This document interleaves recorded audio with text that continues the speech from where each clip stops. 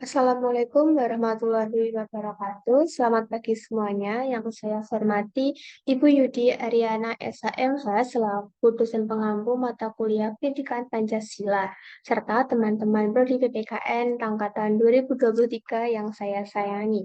Perkenalkan, nama saya Merista Faradila dengan NIM K642047. Hari ini saya akan menjelaskan mengenai asal mula negara. Yang pertama, pengertian negara. Ada banyak sekali pendapat menurut para ahli mengenai sebuah negara. Di sini saya mengambil 3 pendapat. Yang pertama menurut Plato, yang kedua menurut Aristoteles, yang ketiga menurut Kant.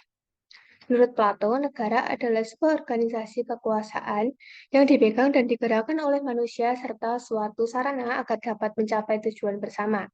Menurut Aristoteles, negara merupakan bentuk kolaborasi antara keluarga yang mencangkup dari beberapa desa, sehingga akhirnya mampu berdiri sendiri dan memiliki tujuan mendapatkan kesenangan dan kehormatan. Menurut Karl, negara merupakan suatu alat kelas yang memiliki kuasa dalam menindas atau mengeksploitasi kelas yang lainnya. Jadi, negara merupakan suatu kelompok sosial yang mendiami sebuah wilayah maupun daerah tertentu yang berada di bawah lembaga politik maupun pemerintah yang efektif memiliki kesatuan politik, berdaulat yang memiliki tujuan nasional yang ingin dicapai oleh suatu wilayah tertentu.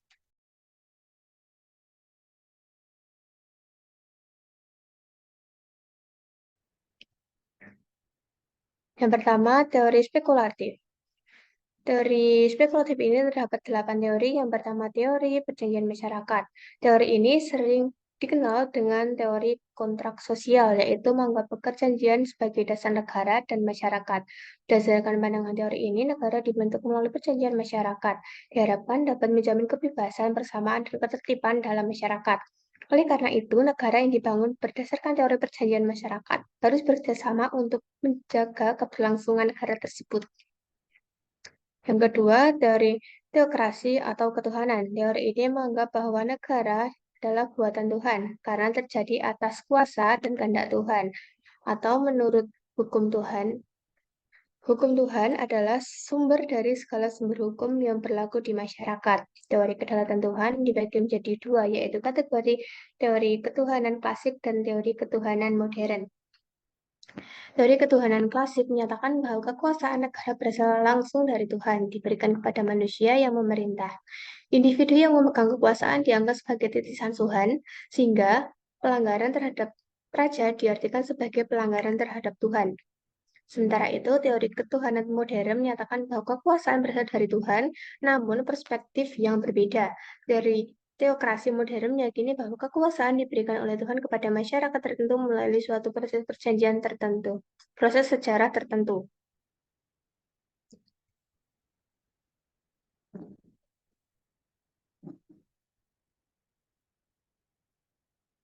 Yang ketiga, ada teori kekuasaan atau kekuatan. Teori ini mengandung pengertian bahwa siapa yang kuat dialah yang berkuasa. Artinya, kekuasaan digunakan untuk menentukan dan mengatur mereka yang dikuasai. Perkembangan dari teori ini dimulai dari keluarga menjadi sebuah negara melalui proses panjang dengan peperangan dan bagi masyarakat yang kalah mereka akan ikut kepada yang menang. Yang keempat, ada teori patriarkal dan teori matriarkal. Terjadinya negara itu dari kekuasaan asli kepala keluarga yang kemudian turun-temurun. Apabila teori patriarkal jadi negara dari kekuasaan asli kepala keluarga pertama yang kemudian turun-temurun kepada pater familias, kepada ayah yang tertinggi dari suatu keluarga. Sedangkan menurut teori matriarkal, garis keturunan ditarik dari kaum ibu. Kekeluargaan didasarkan atas ibu dan keturunannya. Hubungan ke darah ditentukan oleh keturunan ibu. Yang kelima, teori organis. Menurut teori ini dikatakan bahwa negara itu dipandang sebagai suatu organisme, sebagai makhluk hidup yang mempunyai anggota-anggota badan, mempunyai tempat sendiri-sendiri dan fungsi sendiri-sendiri pula. Demikian juga negara sebagai suatu organisme terdiri dari para warga negara sebagai sel-selnya. Dan sel inilah yang menentukan hidup matinya organisme negara. Teori daluarsa. Negara dan organisasinya, yaitu negara timbul adanya milik yang sudah lama, yang kemudian melahirkan hak milik raja bertahta karena hak milik itu yang didasarkan atau hukum kebiasaan. Raja bertahta dengan cara yang berbeda. Ada yang bertahta dengan izin rakyat maupun tanpa izin rakyat. Kemudian memperoleh kedaulatan daluarsa. Yang ketujuh, teori naturalis. Teori ini menyatakan bahwa negara ciptakan alam. Kodrat manusia membenarkan padanya negara karena manusia pertama-tama adalah makhluk politik dan baru kemudian makhluk sosial. Kemudian kodrat itu, maka manusia ditakdirkan untuk hidup bernegara. Yang kedelapan, ada teori idealis. Teori ini memandang negara sebagai kesatuan yang mistis yang bersifat supranatural. Teori ini dengan teori mutlak, filosofis, atau lebih lazim lagi disebut teori metafisis. Teori ini bersifat idealistis karena merupakan pemikiran tentang negara sebagaimana negara itu seharusnya ada. Negara sebagai ide. Yang terakhir ada teori historis atau teori yang evolusioner.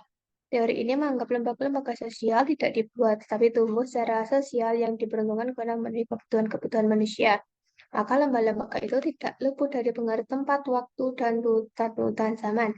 Hubungan paling kecil adalah keluarga inti, kemudian membentuk keluarga yang lebih besar seperti klan dan marga. Dari klan terbentuk keluarga besar, berubah gabungan dari keluarga besar menjadi desa.